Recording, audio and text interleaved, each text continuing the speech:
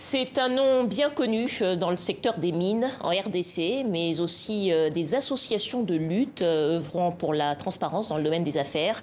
Dan Gertler, milliardaire, homme d'affaires israélien, s'est-il taillé un empire grâce à la corruption et le blanchiment d'argent? Maître Éric Moutet, bonsoir. Bonsoir. Merci d'être avec nous. Alors vous êtes l'avocat de Dan Gertler et de la banque Afriland qui sont accusés. L'enquête de Global Witness et de la plateforme de protection des lanceurs d'alerte en Afrique a été publiée le 2 juillet. Maître Henri Tuiliez, qui est le directeur de cette plateforme, était sur notre plateau cette semaine. Je vous propose de l'écouter. Il relate l'ensemble des accusations portées contre vos clients. On l'écoute et puis on en reparle. Ce que notre rapport montre, c'est qu'il y a un véritable réseau international de blanchiment d'argent qui aurait aidé M. Gertler à fluidifier son argent.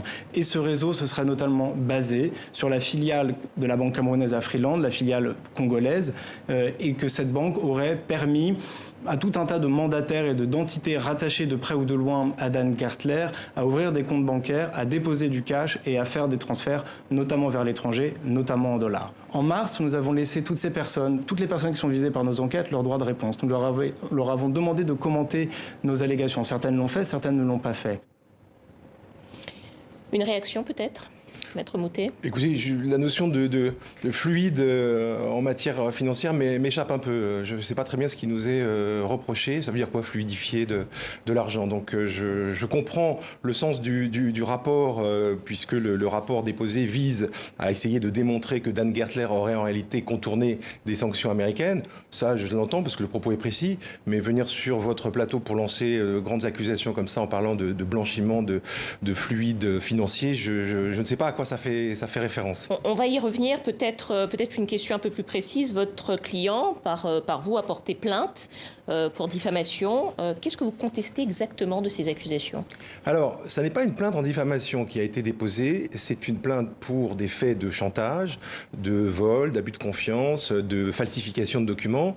Et c'est une plainte qui a été déposée à l'encontre des deux ONG Global Witness et le PLAF avant la publication du rapport, parce que dans le cadre des échanges qui ont existé entre les parties, votre intervenant précédent l'a rappelé, il y a eu une enquête de notre part également, une contre-enquête, on va appeler ça comme ça plaira à la journaliste que vous êtes, pour voir les conditions un peu précises dans lesquelles les soi-disant preuves des deux ONG ont été recueillies. Et nous nous sommes rendus compte qu'effectivement des documents, d'une part, ont été volés, mais qu'en plus ils ont été falsifiés, que des témoins ont été approchés et qu'on a impressionné ces témoins pour leur faire établir de faux témoignages et qu'on a modifié des fichiers bancaires. Nous avons des preuves extrêmement précises de tout cela et nous avons saisi le procureur de la République de Paris le 1er juillet d'une plainte. Ça n'est donc pas une plainte en diffamation qui serait en réaction à la publication de ce rapport, c'est une plainte antérieure sur de très mauvaises pratiques de la part de ces deux ONG que nous dénonçons effectivement au parquet de Paris. Donc vous les accusez pour leurs pratiques, pour leurs méthodes. C'est une plainte qui sera instruite. Sur la corruption dont on vous accuse, dont on accuse vos deux clients, c'est un fléau en RDC, particulièrement dans le secteur des mines. Au moment de l'enquête, Maître Tuiliez le dit, vos clients avaient la possibilité de démontrer leur bonne foi puisqu'ils ont été contactés. Pourquoi est-ce qu'ils n'ont pas répondu? Mais ils ont répondu. Ils ont répondu. Ils ont demandé un certain nombre d'éléments qu'on ne leur a pas donnés.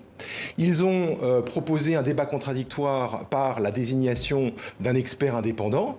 On le leur a refusé. Pas de pièces communiquées, pas d'expert indépendant nommé alors que nous le proposions de manière tout à fait loyale. Et in fine, un rapport qui nous dit quoi? Un rapport qui, et ça va parler à la journaliste que vous êtes, un rapport qui indique en page 8 très précisément que les deux ONG n'ont pas la preuve de ce qu'elles vont raconter.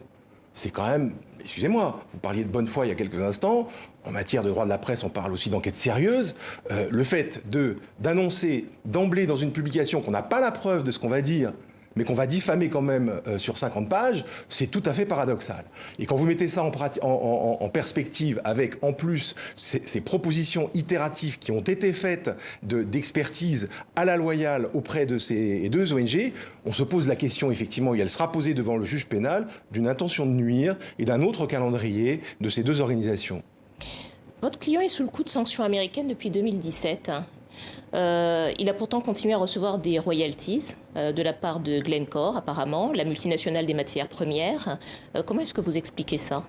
Mais mon client est sous sanction américaine. Alors, il faut que vos téléspectateurs comprennent ce que c'est qu'une sanction américaine dans le dossier de Dan Gertler. Ça n'est pas une sanction qui est prise à l'issue d'une enquête pénale et d'un jugement qui serait intervenu.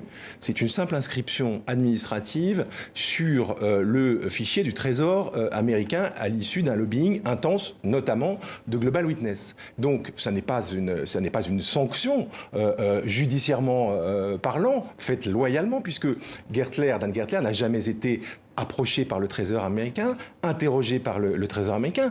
Je vais vous dire une chose, aux États-Unis, si effectivement ces accusations de corruption étaient absolument avérées, que se serait-il passé ?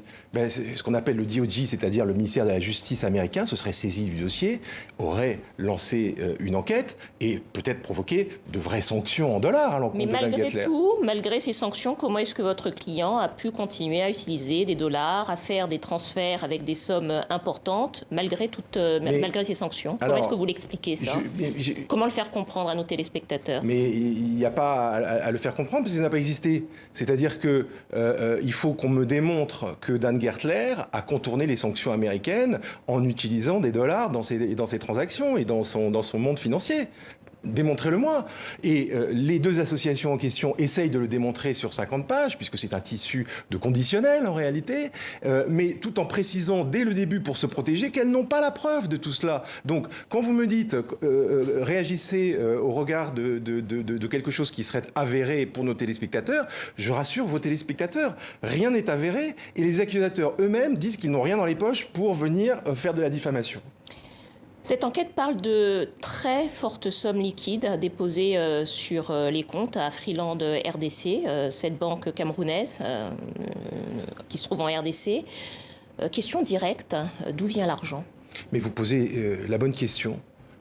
Parce que ces dépôts de sommes en espèces visés par ces ONG n'ont pas existé et précisément nous en avons la preuve, puisque les dates qu'elles indiquent, les personnes qu'elles désignent n'étaient pas en RDC au moment où elles le disent. Et les comptes n'ont pas été remplis au moment où elles le désignent. Donc, et ça, nous en avons la preuve explicite. C'est d'ailleurs pour cela que nous sommes absolument convaincus qu'il y a eu falsification des documents.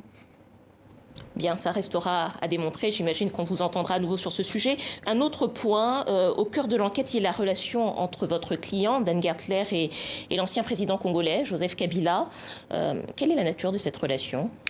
Je crois qu'il faut interroger mon client. Là, on les dit proches, on dit que c'est une relation amicale. Est-ce que vous confirmez? Je n'en sais rien. Là, je dois vous dire que moi, je m'appuie, si vous voulez, sur des faits, sur des éléments précis. Le rapport qui a été posé par ces deux ONG visait encore une fois des choses extrêmement précises, sans aucune preuve. Le reste, la proximité des uns avec les autres, tout ça participe encore une fois à cette campagne de diffamation de ces deux ONG et à des allégations extrêmement désagréables. Une question tout de même, est-ce que cette proximité dont on parle aurait pu servir à votre client pour acquérir des mines à des coûts dérisoires qu'il aurait ensuite revendues à des prix importants, comme ce qui est indiqué? Est-ce que cette relation a pu lui servir à faire des affaires? Mais écoutez, démontrez-le-moi. C'est une question que je vous pose. Ah ben, je vous réponds non. Je vous réponds non à cette question. C'est-à-dire que tant que vous n'avez pas la preuve de ce que vous avancez, je ne peux pas valider un propos aussi sidéral et sidérant. On est, encore une fois, et ces questions, tout tourne autour des États-Unis, de sanctions. On est dans l'amalgame des choses. Je pense que quand on lance des accusations aussi graves, parce que vous pouvez imaginer quand même que pour la banque à Freeland, et pour Dan Gertler, de telles accusations portées et relayées par la presse au niveau international, ce sont des accusations qui ont des conséquences extrêmement lourdes et extrêmement graves pour elle. Donc, on ne peut pas se contenter en la matière de choses peu sérieuses, pas documentées. Le problème de ces associations, si vous voulez, c'est qu'ils sont à la fois, j'en ai terminé, ils s'érigent à la fois comme victimes, services d'enquête, procureurs, juge et exécuteur d'une décision unilatérale, sans aucun cadre procédural et sans aucun cadre processuel. Nous avons décidé d'arrêter tout cela et de saisir la justice. Merci à vous, Éric Moutet, maître Éric Moutet, avocat de Dan Gertler et de la Banque Afriland. Merci d'avoir répondu à nos questions. Merci de votre accueil. Et c'est la fin de ce journal. Merci de votre fidélité. Les derniers développements de l'actualité sur notre site internet. Je vous dis à demain.